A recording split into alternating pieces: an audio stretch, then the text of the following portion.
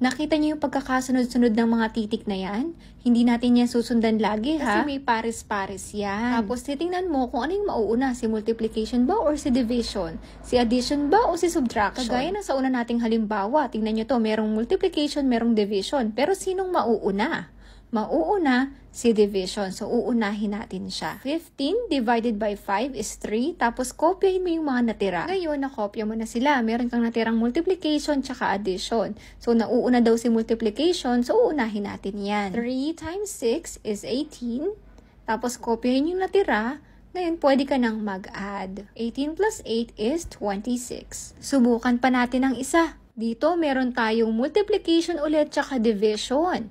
Anong nauuna? Si multiplication. So, yun ang uunahin natin. Tapos, kopyahin mo yung mga natitira. Pagka-kopya, tingnan mo na yung susunod. O may natitira ka pang division. 16 divided by 4 is 4. Tapos, kopyahin yung natira. Sunod, nauna si addition dito. So, unahin natin yung 4 plus 1. Ngayon, ang ating final answer ay 1. Kayo naman, subukan nyo naman ito. Comment your answer!